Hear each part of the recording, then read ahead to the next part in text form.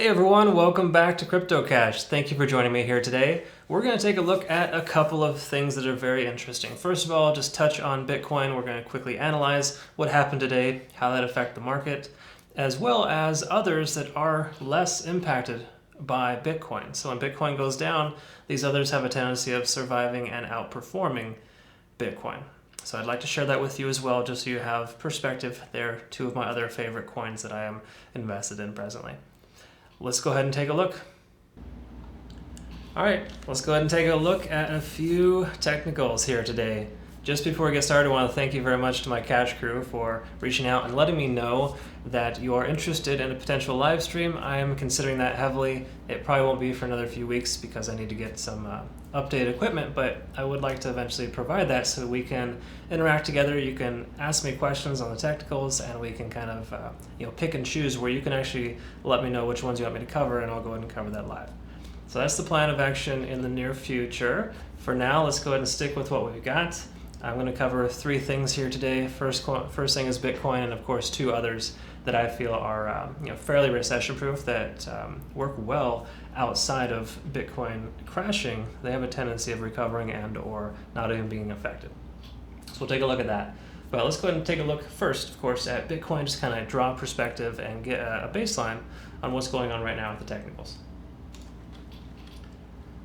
So I got Bitcoin pulled up here for the 15-minute chart. Now, these lines that are on here are from recent analysis, and they were basically previous support and resistance lines. Now, obviously what happened today caused it to come down, but it recovered and jumped back up. So even though the variance is approximately 2,000 for Bitcoin, that's not terrible. That's not dire straits. We're still in good shape. And a lot of speculation out there is saying that 47,000 is a significant resistance, a significant support. So what I think we should do is take a look at the big picture and kind of see why they say that, because there's a lot of speculation on that. So let's see here. So 47,000, yeah, I could see that. It was a previous resistance line here and a few supports. So why don't we just go ahead and mark that while we're here.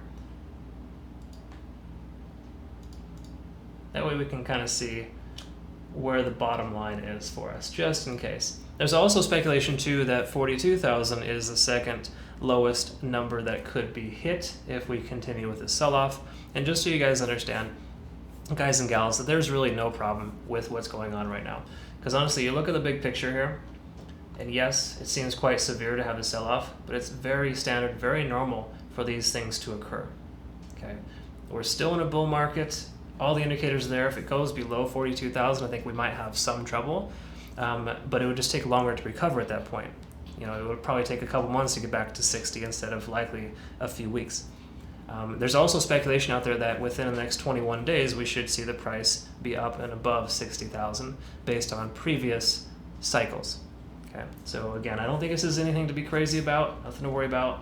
And what's good news too, touching on this as well, we have the 100-day moving average does appear to be still working as a support line.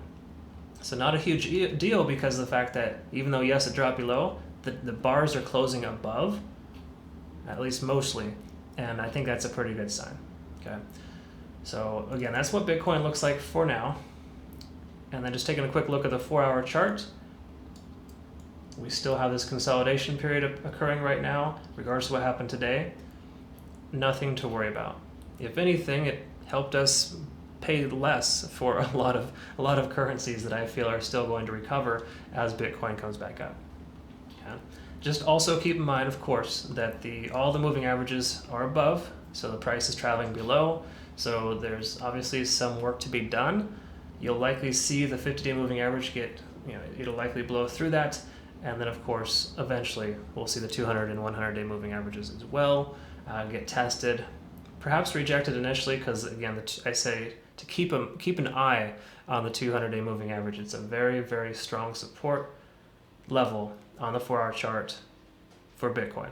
And correction, it's a support and or resistance level. It works as both, of course. It was a support for a very long time, and now we're on the downside, and we'll see what happens.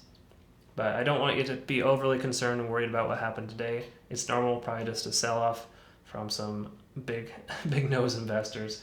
and we're probably doing just fine. Okay, so let's go ahead and move on to two of the other currencies I believe are, again, I say the word recession proof. That's not exactly the right word for it, but they are essentially, they recover so quickly from Bitcoin dropping that it's interesting to me.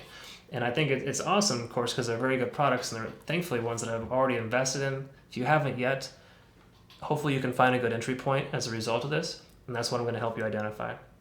So let's go ahead and look at it first. This is probably my all-time favorite, Solana.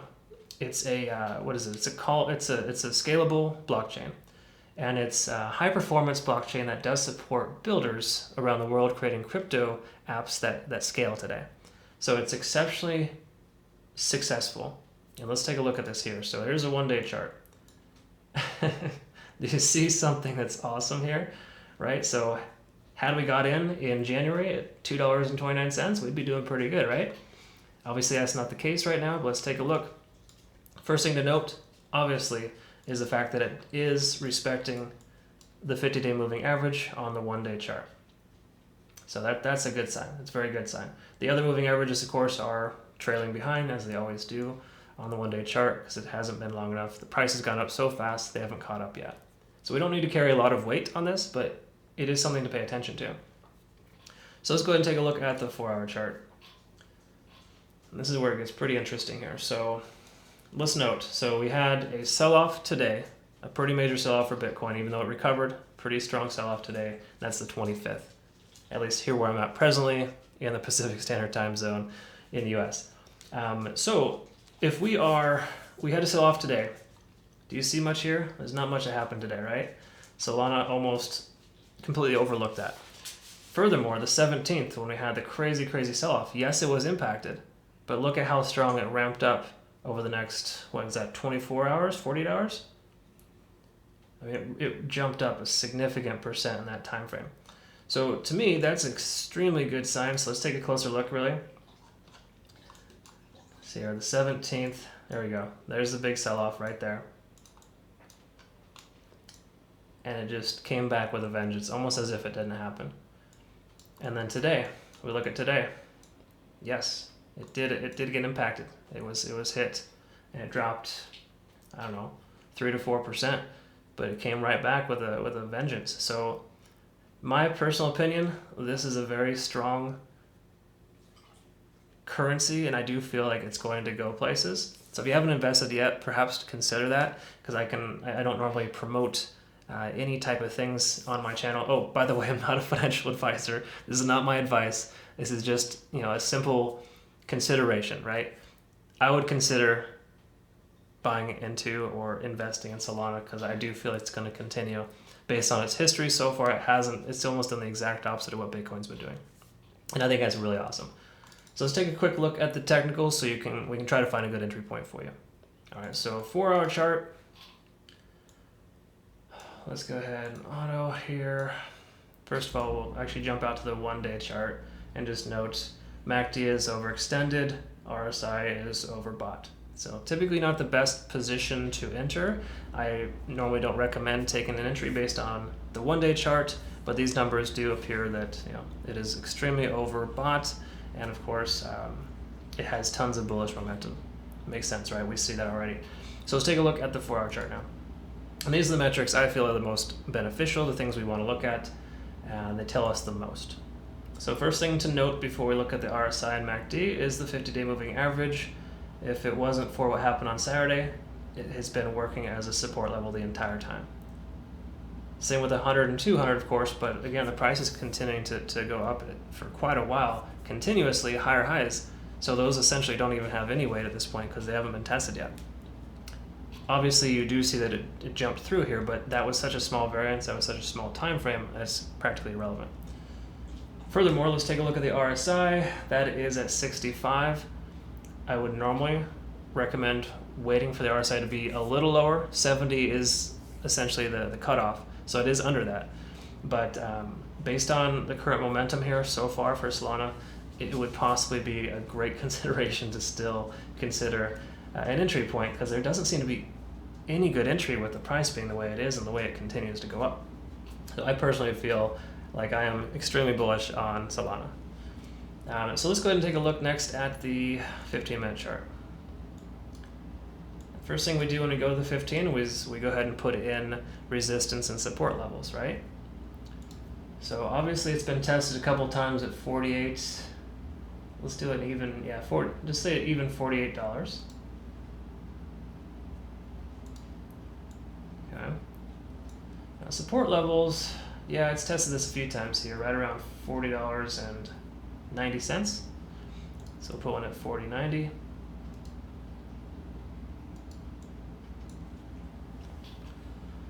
So there's obviously a slight channel right now, but it's still bullish, still staying well above the volume weighted average price, right? So even with the gap up and the sell-off here, it didn't matter. It came right back and ramped up again. Furthermore, you got the 50-day moving average with a small variance. Not bad. It's holding strong to that. 50 days seems to be pretty consistent. And of course, we got the 100-day moving average right here that works very well too. Below that, we also have RSIs in decent shape.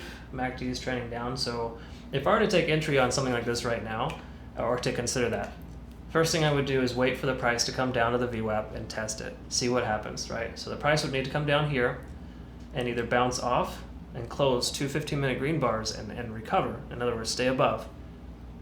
Or continue upwards like it may continue, and then of course pass this resistance level and stay above for another 30 minutes. Okay, so if you're new to the channel, I'm a very firm believer on waiting for confirmation. I've been burned on taking entry too early. So if you consider the position right here, just say you jumped in within the first 10 minutes after it passed the resistance line, and that resistance line still holds, just like you see with these wicks up here. Here, I'll show you. So when you see here, the resistance line's right here. The price always closes at this level. Above that, the price has come up and it's been tested and it closes right here every time. So just say, for example, you took entry here after 15 minutes and you didn't wait a full, just say 30 or 45 minutes, there's a likelihood of the price coming down, closing, and reversing on you. Okay, so that's why I always recommend sticking to a system, and my system is waiting 30 minutes. You'll probably hear me say that every time I review different coins, different currencies. It just works the best for me. Okay, so again, wait for it to bounce off the VWAP, wait a good solid 30 minutes at least to see what happens, and then take a small entry. So for example, if you were to wait for it to bounce off the VWAP, take maybe a 25 or 30% entry, and then don't add to your position until it tests the resistance line again twice. All right, make sure that you wait for confirmation again, because again, the price can change on you at any time. Of course, you could still do that after 30 to 45 minutes, right? But if you only put in 30% at a time and it reverses on you, you're not going to lose an arm and a leg. You're going to lose a finger or a nail, right? Whatever the analogy is there, you're going to lose less. And to me, I love mitigating losses and maximizing gains. And if I only gain 1 to 5% per day, that's fine. I don't care about that. I like that. What I do care about is losing money, and I don't like to do that. So let's make sure that you're safe. Wait for confirmation before you take entry. All right, so that'd be my recommendation. I also got a question earlier too from one of my community members. Why do I use the 50, 100, and 200-day moving averages? And it's because I prioritize my 15-minute chart and my 4-hour chart. They work the best for those two charts in my my personal opinion. I'm not a professional, of course, but I've been doing this for a very long time, and I can tell you that they seem to give me the most accurate weight of how the everything's reacting. In other words, the volume weighted average price is also one that I hold true to. That's my favorite. True, it's a little bit more effective on the 1 and 5 minute chart, but on the 15 it still works very well. It gives us a baseline. Okay, so that's just something to think about there. Just a recommendation, my thoughts. Take it what you will. Let's go and move on to, and I don't know how to say this, Celo. I want to say cello, but it's probably Celo. Let's go with Celo here for a second. And let's just quickly identify, let's go to the 1-day chart and take a look at this here. So for the 17th, so April 17th, that was this right here. The first Bitcoin sell-off. Went from 65,000 to somewhere in the mid 50s. And look at this. No less than 2 days later, price skyrockets way back up to upwards of 725 when it had a major sell-off, recovery, and then here we are today. So let's take a look at the 4-hour chart, see what happened today. It was impacted by Bitcoin today, of course. Pretty much everything is, but it's just a matter of how strong it recovers, right? This appears to be recovering quite well. So in that sense, I personally feel like this is still a very good investment. And by the way, Celo, if I'm saying it correctly, is a DeFi. It's a decentralized finance. And what it does, it's essentially a globalized payment infrastructure that makes financial tools accessible to anyone with a mobile phone. It's a pretty cool concept, pretty awesome. Do your own research and look into it before you invest. But I still think the price is very affordable, all things considered. Let's also go back to the 17th. So here's the 17th right here. Bitcoin sell-off right there. Yes, it was impacted, but it had a small consolidation, and then it ramped up like we saw earlier. So, to me, that's an awesome investment. Something that can outlast or essentially outperform Bitcoin. It's either got a super strong social sentiment, or it's just a really good product. So to me, I feel like this has both. Now, let's go ahead and take a closer look at the technicals. Now, first of all, start with a 1-day chart. It's kind of a newer currency on Binance, so essentially you're looking at only having the 50-day moving average, and the 100 is hardly even there. It's kind of trailing. So looking at that, both 100 and 50-day moving averages are holding. The RSI is at 60, so it's still considered, I guess, neutral. It's not oversold or overbought. Under 60 and over 40 is a pretty good position. And then you look at the MACD as well. It does still appear to have bullish momentum. This is kind of almost a straight line for now. All right, let's move on to the 4-hour chart. Take a look at the 4 hours. So first thing to note, RSI right in the middle, 52. That's awesome. Losing a little bit of momentum on the MACD, which is also perfectly fine.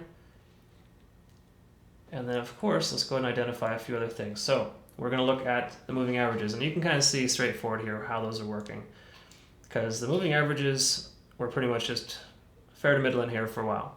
Then the Bitcoin sell-off caused a massive reaction, knee-jerk, and the price went straight up.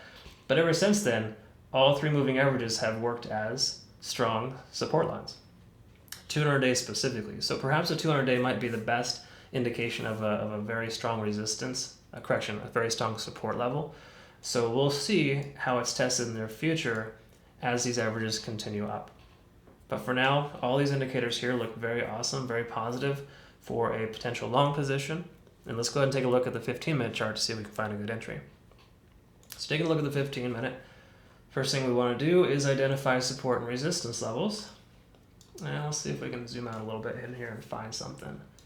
So obviously we got the resistance up here of 721, but it does appear that 680 is another resistance.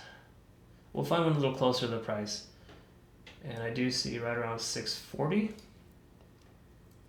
Looks like a nice resistance to pay attention to. And then we'll look at what kind of support. So how did that work there? That's been tested a few times, yep. So it does appear that 515 is a good support level as well, because it bounced off here once, but you can see it's also bounced off 3 times previously on the 22nd. So that is a good sign. All right, so good. So we hit our support. Now let's go ahead and take a look at some things here. So first things first, the VWAP, volume weighted average price, appears to be in good shape. It's staying above. Let's take a closer look. Staying above, might get tested soon, which is just fine. We'll see how that works, but the key here is that it's stayed above pretty consistently in the last, what would that be? Minus what happened with Bitcoin, last 2 or 3 hours, it's been doing fairly well. It was traveling under here, but that's because the price was completely overbought. And it's normal for the price to drop below VWAP after a major sell-off like that. So this isn't really super ideal, of course, as far as understanding how the VWAP is actually applying here. But again, it's a volume-weighted average price. There's tons of volume, and the volume was going down because, of course, it's a major sell-off. So you can kind of disregard that. But now that's calmed down a little bit, it's staying above VWAP, which is good. So if we're going to find an entry point here, obviously we're under resistance, and that would be our next milestone to get to. Now that's a ways away, it probably won't come up that quickly, at least it may not. But if we're looking at everything right now, as is, first of all, the 50-day moving average is traveling underneath that. That's okay for now. That would be the major, I guess you could say, resistance line we want to get above. So if you're going to plan to take entry, just say right now in this scenario. But what do we do first? We wait for the VWAP to be tested, right? Which is being tested right now. So it came down, it's selling off, and it's bouncing off of that. Now obviously we want to make sure that this closes above to ensure that that gives us a little bit of confirmation, right? So preferably this will close a red candle, that's fine. And then we see ideally 2 green candles. In other words, they're going to look kind of like these two here after it bounces off the VWAP. And what would be even better is if it stays above the 50-day moving average. So if it hits above the 50-day moving average and the VWAP, then that would be a good point to take entry. I would take roughly a 30% position at that point, and then I'd wait to add to my position until it passes the 100-day moving average. Okay. And again, same thing applies. When it jumps up over the 50-day moving average, we wait. Then it jumps over the 100-day moving average, we wait. We always wait for confirmation. Don't jump in willy-nilly, it's not worth it. Trust me, I've done it. It hurts. Now in this scenario, if you're considering holding on for dear life, it's not going to be all that super impactful, your entry point, because it's likely going to continue and you're going to see the gains or losses.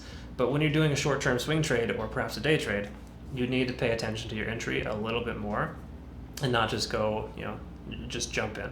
And again, I'll reiterate this, I've said this to everyone in previous videos if you're new, never go all in unless you're planning to hold on for a very long time. Okay, if this is the one thing you know you're going to invest in, you're going to stay in it, then do that. Go all in, that's okay. But if it is the thing that you are diversifying with and it's a percent of your total portfolio, then you're going to want to make sure to take a good entry and to be very careful with what you're doing, and that entry needs to be a smaller position. I love 25 to 30% at each given time, and I keep averaging up as I get closer to my goal. And my goal with day trading or short-term swing trading is always somewhere between 1 to 3%. Okay, so you want to try to get a goal like that. So for me, if I were to start this, I'd wait for confirmation, and of course continue that wait for confirmation every time I add to my position.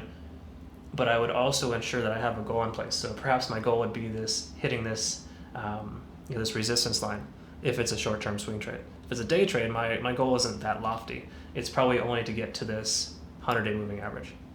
Okay, so I'd go, I'd jump in 30%, get up to the moving average, add another maybe 25 to 30%, and then as it starts to peak and the RSI gets too high, just say around 75 or 80, then I would start selling as I get closer to my goal. And I usually like to sell the same positions that I get in with. So I like to sell 25 to 30% on my way out. Again, just something that I do. You'll develop your own style, but the key that I want you to take away from here that's going to help you the most is to wait for confirmation. You have to do that. It's extremely important, and you got to be patient too. It's really easy to jump in and just go crazy and have that rush and that momentum like you're missing out. It's always going to be here, right? Maybe that one opportunity isn't going to be there, but others will come up. And if you just gain small percents every single day, you're going to be just fine. Okay? Take it from me. I've lost a lot of money in the past. Thankfully, I'm in the green now, but I've had some serious red days, and it hurts when they're really big, okay? Either way, that's just what I want to share with you there. Thank you very much for listening to me rant. But that's my thought process there, all right? Now, the last thing we'll do here, just some bonus content. We'll just take a quick look at Dent, because this is another one that I prefer and love and enjoy. We've got a really big Dent community in my Telegram, as well as obviously other Telegrams too. So please feel free to join that. Really good people. They're going to help jump in, and obviously you can communicate with me there as well. In the meantime, so you can feel free to ask me questions. I'll be happy to try to answer that. All right, so just take a quick look at Dent. We'll just do a really quick overview here. So one day, we're finally seeing some nice green bars here. So we've had 4 consistent green bars closing in a full day period. So that's awesome. So the red days are almost gone, I feel like we're in good shape. And then just really quick, RSI is still pretty low, so if you're going to take entry, take it soon, because I do feel like Dent is about to explode. Like, the community behind Dent is just very passionate, and they are exceptional, and they will take this to the grave. And I can tell you that we're going to be looking in pretty good shape if you continue or invest with Dent in the near future. It would have been nice to get in at 0.005 though, right? That would have been nice. Either way, MACD does show that the bearish momentum is dissipating, and we're looking to be in pretty good shape. Next up, we'll look at, wrong button. We'll look at the 4-hour chart. And something to note here that, let me turn this off. Something to note here that I think is good to know. First of all, we're still traveling under the moving averages, right? The 50-day appears to be a slight resistance line right now. So obviously, if you're planning to take entry, wait until you get confirmation above that line. But something to note, and this is cool, this is the previous support line. Hadn't today happened with Bitcoin, just say, for example, Bitcoin did its normal thing, continue to consolidate, whatever. Then right here, we would have been probably still continuing up above that. So it's almost as if today didn't happen with that. We're still in this consolidation phase. So I do feel like when you have this consolidation and the moving average is slowly pushing it down, there's a strong chance we're going to see a breakout in the near future. Okay.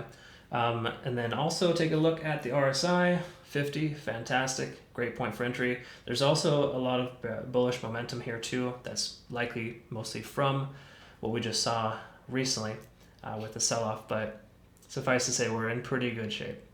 Okay. So I want to show you that, and then one last thing would be the 15-minute chart. I'll just help you understand where might be a good entry point.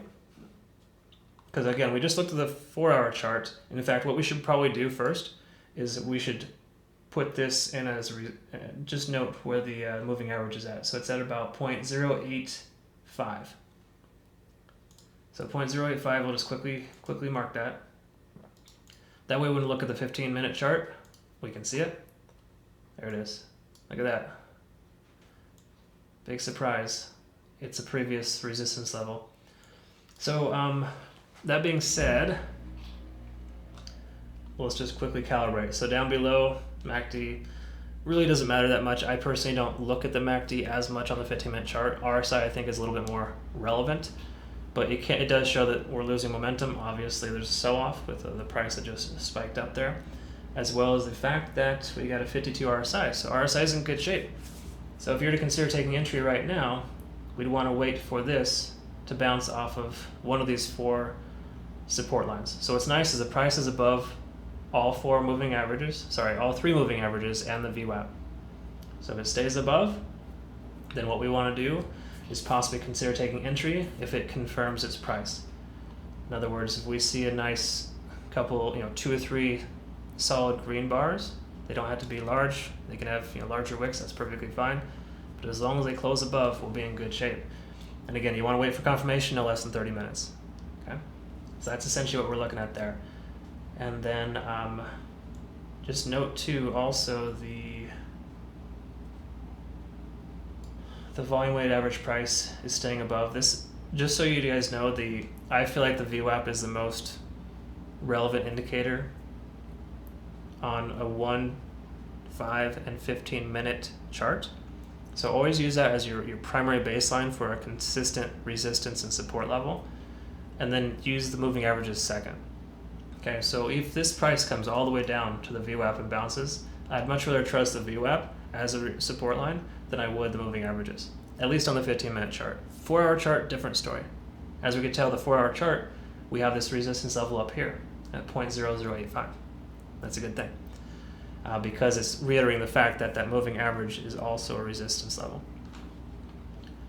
So that's essentially it. So long story short here, if I were to take entry on Dent right now, I would wait for it to come down and respect the support level provided by the volume weighted average price, the VWAP, and then just wait for at least 30 to 45 minutes to take entry. And the reason why I say that is because this strong ramp up here, there's a stronger sell-off. What goes up faster goes down faster too, at least in when it comes to technicals on charts. So pay close attention to that and just make sure you understand that you want to wait longer for confirmation, the sharper the price increases or decreases.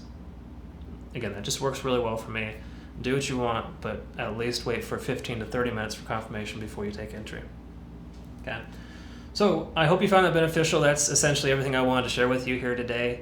Again, I'm considering and likely going to pursue live streams in the near future, so please let me know when might be a good day or time for that. I'm considering probably weekends, and what you can do is you can just chat with me and let me know which charts you want me to analyze live, and we can take a look so we can hopefully find the best entry and understand and learn and grow together. That's the whole point of this, right? So, thank you very much. Let me know in the comments below your thoughts of this video. If you found benefit, like and subscribe if you haven't already, and if you're back for more, thank you so much for joining me here. I really appreciate you guys. You're all awesome. You've all been doing fantastic communication, really great community. So thank you so much. Do appreciate that. So we'll go ahead and see you in the next video. Hope you have a great rest of your day. Let's hope it's a green day, right? All right. Take care. Thank you.